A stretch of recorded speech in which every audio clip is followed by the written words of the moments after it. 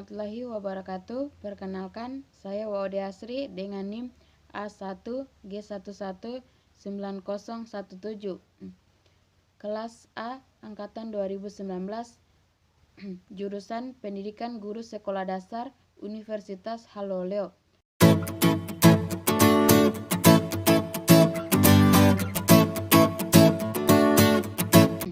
Inovasi merupakan benda, gagasan atau perilaku yang baru yang secara kualitatif berbeda dari apa yang sudah ada.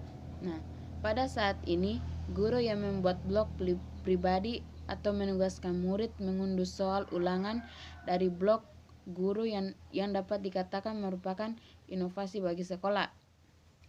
Nah, yang sebelumnya mengandalkan pertemuan. Faktor-faktor pemicu inovasi. Yang pertama, teknologi. Munculnya teknologi yang berkembang menjadi bagian integral kehidupan masyarakat. Sebagai contoh, koran nasional terkenal seperti Kompas, Media Indonesia, Republika, dan sebagainya. Yang kedua, tantangan dari para pesaing.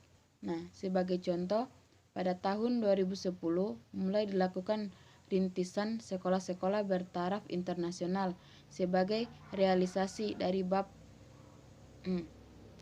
Yang ketiga, perubahan yang terjadi pada lingkungan eksternal. Nah, ada perubahan tuntutan terhadap hasil belajar siswa dalam masyarakat.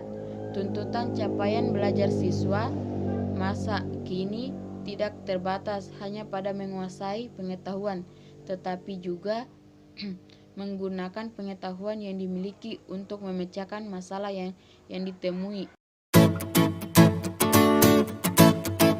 Yang C-nya, karakteristik inovasi.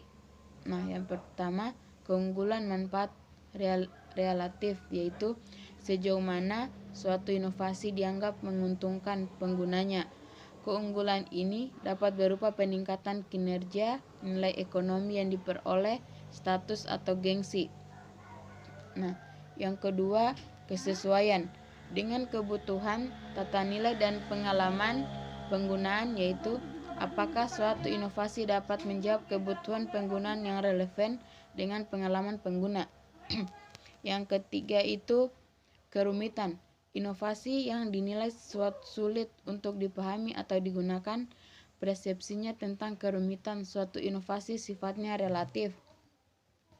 Nah, yang keempat, akses untuk mencoba. Nah, suatu inovasi akan menentukan apakah suatu inovasi itu berjalan dengan rumit. Akan tetapi diresepsi berguna sesuai dengan kebutuhan yang tidak rumit.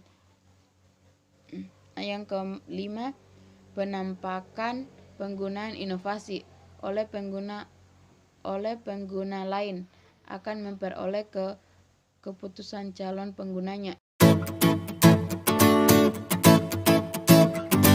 Inovasi dalam pembelajaran.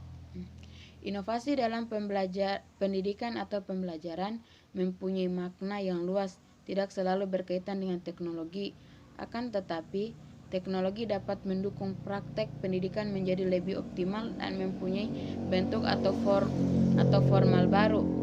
Kita mengenal berbagai pendekatan dalam pembelajaran, misalnya pembelajaran kolaboratif, belajar aktif,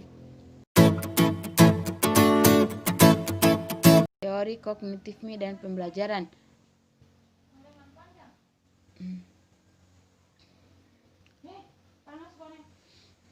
Dalam penjelasannya tentang teori kognitif menyebutkan bahwa belajar akan menjadi efektif apabila dukungan 4 jenis kegiatan. Pertama, agregasi, mengakses dan pengumpulan sumber informasi yang beragam, yang luas untuk dibaca, dinamakan atau dilihat, misalnya artikel dari website atau program video dari YouTube. Nah, yang kedua, relasi. Setelah membaca atau melihat suatu tayangan pembelajaran, melakukan relasi terhadap informasi yang diperoleh, dihubungkan dengan pengetahuan yang dimiliki atau pengalaman sebelumnya. Yang ketiga, kreasi.